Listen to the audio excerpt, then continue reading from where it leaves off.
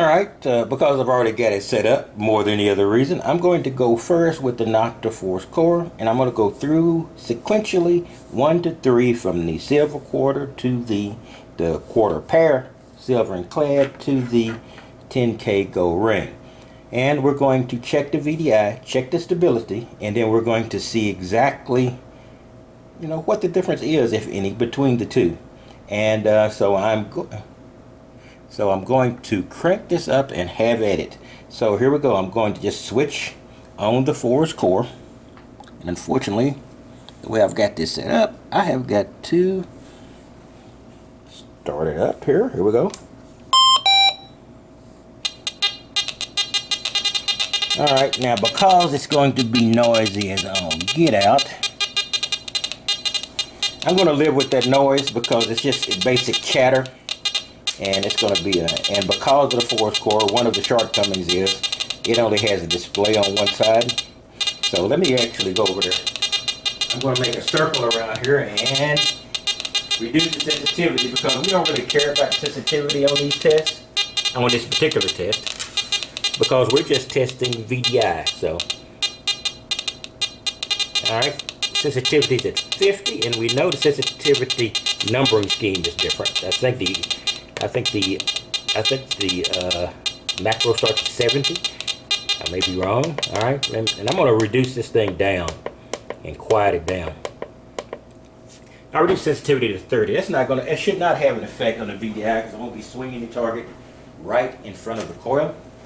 So I'm going to. Sorry, that wasn't an actual one. I passed in front of the coil, so it probably rang off the coins in my pocket.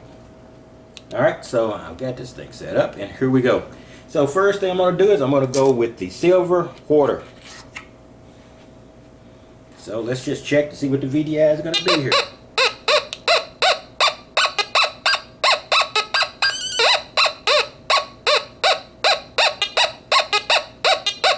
No guys, it's pretty stable at 93 with the silver quarter.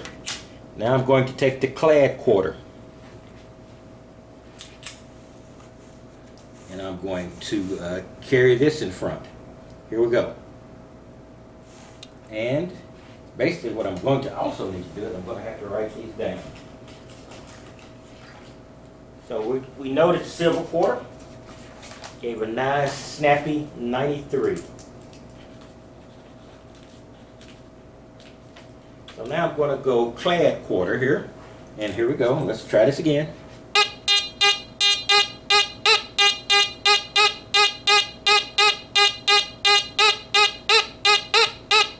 Pretty cool, guys. The clad quarter is 89 and very solid on the force core.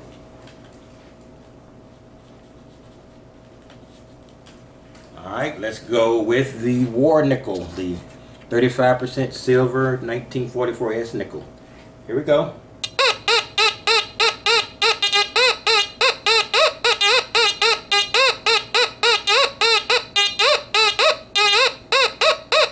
Well, that's 56 to 57. That jumped, but it was only within one number, so no big deal.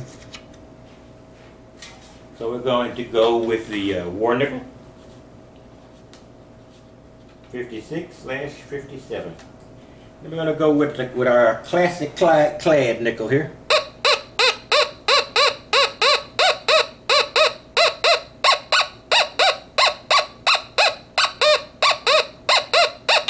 Clad nickel came on dead on 57 with very little variation. Very interesting there. Clad nickel 57. And I'm putting these back in order so I'll know which one is going at. And now we're going here.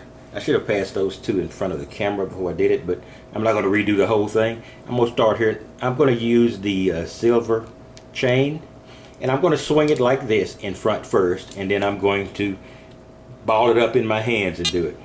Alright, here we go. I'm going with the silver chain.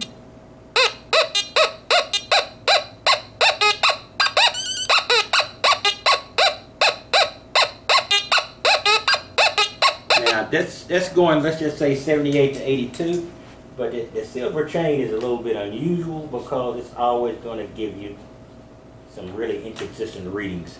Now I'm going to take this silver chain again, and I'm going to ball it up in my hand, like so. So it's basically a clump of silver, and I'm going to do the same test.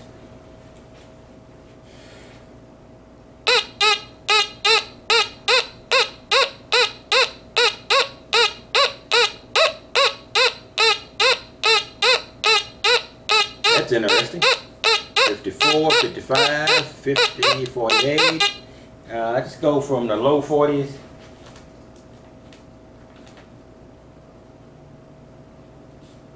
I'll just go 46 to 50s, 58. So it's jumping around, and that's pretty inconsistent target, so that's not surprising. And now I'm going to go, should have shown, I'm going to go with the big sterling silver ring. And we're going to do the same thing. We're going to run this in front of the coil, and let's see what we get with the big silver ring.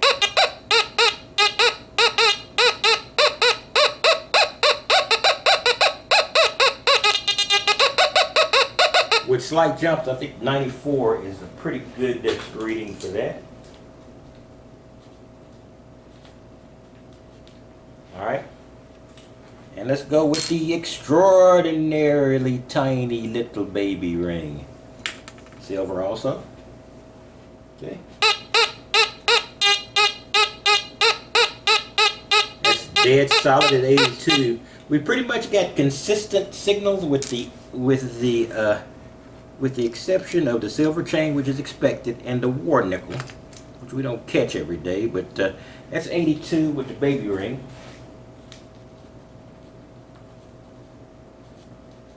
I'm writing these down, by the way. And now we're going to use the Chinese, what is this, the tiny silver charm with a little jewel in the middle. It leaves my mind what that is. It should come immediately to me. But we're going to do that, and we're just going to sling that in front of the chain, in front of the. I think that this turns out to be as much the same as the baby ring. I've done this once before. Yep.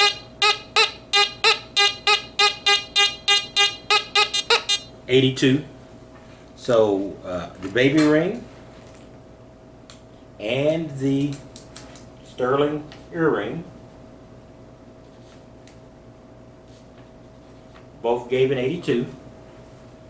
And alright, now we're going to use the thing that we all search for, is the big, still can't find, still looking for the owner of this. Not going to sell it, so I'll find it. And this is the big gold class ring. Alright, here we go.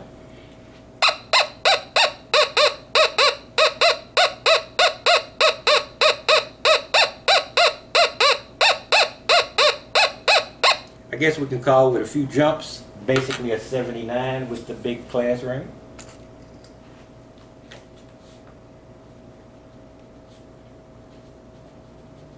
Alright, now I'm going to pause or stop the video, and I'm going to load up the racer and do the exact same thing. Should be interesting results here. I think this will be an interesting test. So I'm just going to pause or stop this and do the switch. Okay, we're going to crank this thing back up again, so I'm going to turn the racer on. Give myself a little volume. And because it's going to be a little noisy, I'm going to try to get it to shut up a little bit. So let's see. The threshold is 70, so let's roll it back.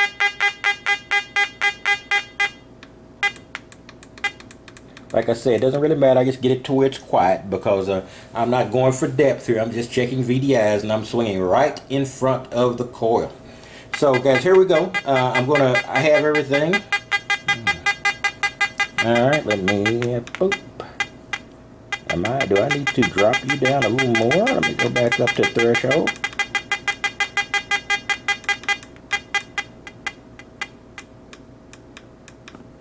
Sorry, here we go. And let's drop that a little bit more. Doesn't matter, like I say, I'm swinging right in front of the coil. Alright, here we go. Initially I'm going to start. I'm still getting a little noise. We'll have to live with that.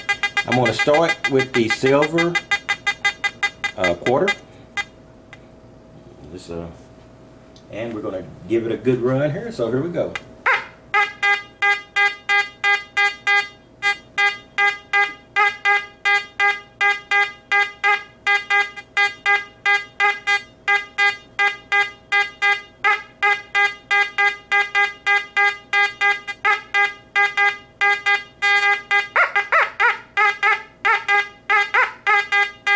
Because I had it turned down so low, I had to make sure I got it close.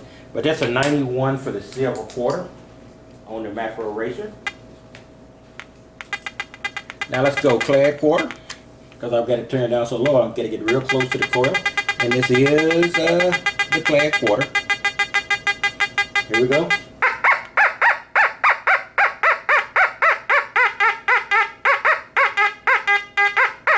Clad quarter is 88. On the razor. Alright, let's go war nickel.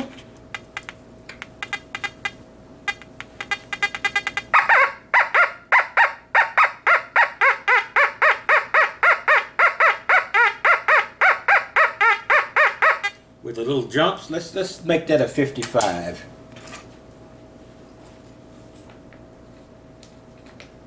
Alright, let's go with our standard nickel or cure. And we'll try it again.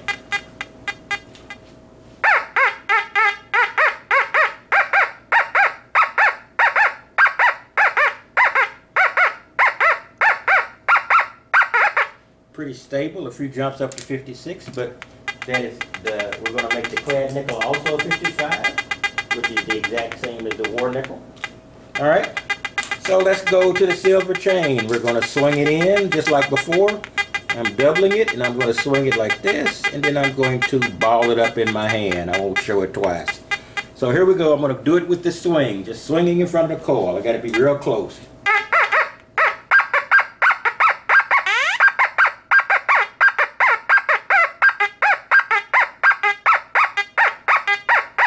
Okay, let's just say mid-60s to mid-70s. Let me do that again.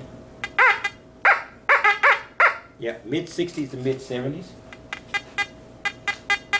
with the silver chain swing. Alright, let's go now with the silver chain, and I'm going to ball it up and try it.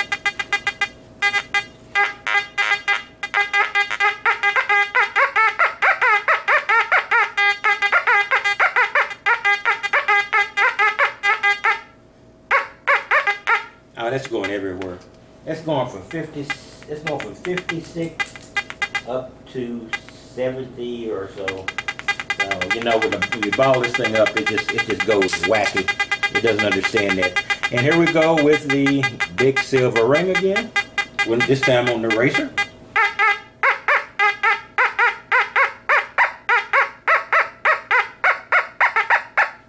We're dead into 94.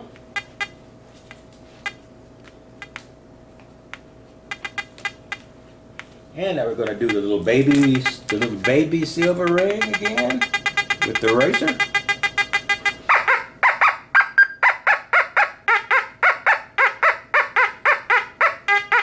$82.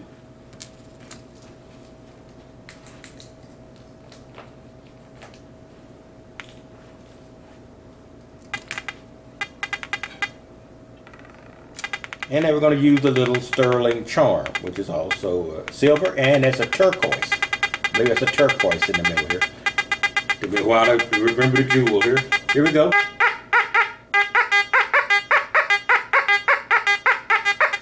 $82.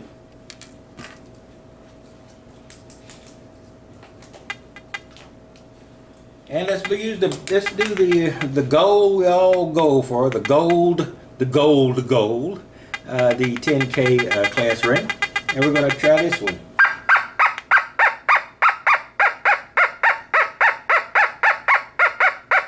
$76.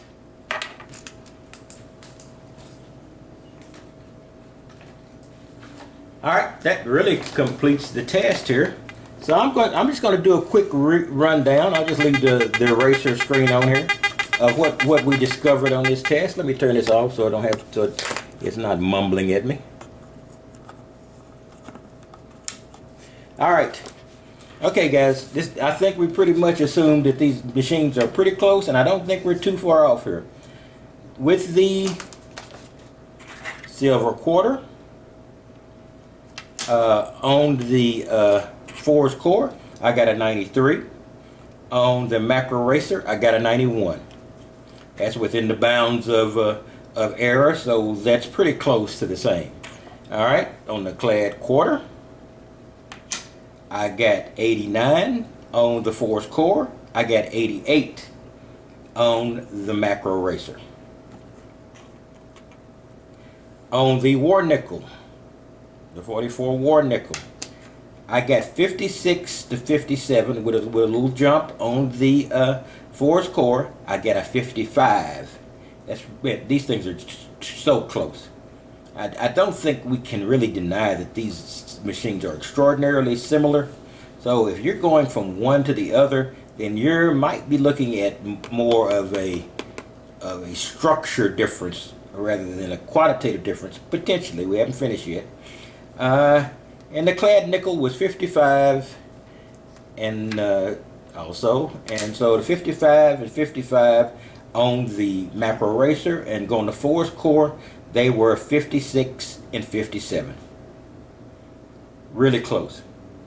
Now the silver chain is not really a fair comparison because the chain is so inconsistent in shape that it's going to drive any machine crazy. So those were not very close. 78 to 82.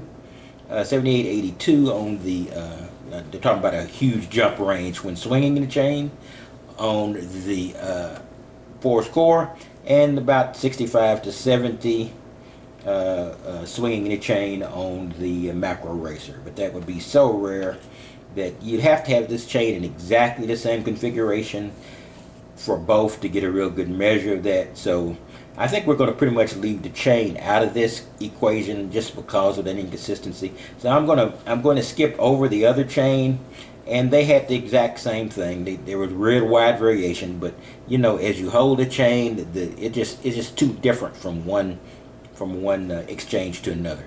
All right, so let's go down to the big silver ring, and we got a 94 on both the Makro racer and the Force core, dead even. On the sterling baby ring, you know, the little bitty baby ring, and this, of course, this was the big silver ring that I just talked about. We got 82 and 82. Both machines were dead on exactly the same. Now the sterling earring was a little different, but also you get the change the configuration in its size, but it was still very close. 79 on the Force core and 76 on the Makro racer.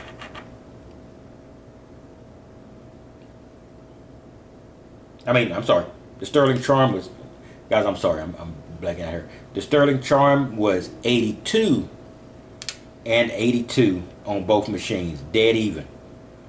The class ring was a little bit of difference, but not within the bounds of range of the technology. It means they're very, very, very similar. It was 79 on the Force core and 76 on the Makro racer. So guys, take your choice and pick your poison, in my opinion. You know, but the Makro racer is sort of it's the new machine, and it's got the new machine look and feel to it that's out there now. The Force core is over a year old, maybe a year and a half old, a little bit more, a little less. So the Force core is probably going to be the boss. The Makro racer is going to be the boss over the Force core, but they're very, very similar. So if you've got a Force core, don't feel bad that the Makro racer is out there. You've got the similar technology. I don't think, of all the tests I've got, the real close alignment, with the exception of the silver chain because of its weird configuration, is almost exactly the same, or within 2 or 3 points on both of these very, very good machines. All right, this is Texas Tiger Diggs, and that's all I've got. And I can't think of another test. I didn't think of this one till later. And you know, if somebody thinks of something else or wants me to test something or anything, you know, you can just you're free to comment or message me. I will talk to you later. You have a wonderful day.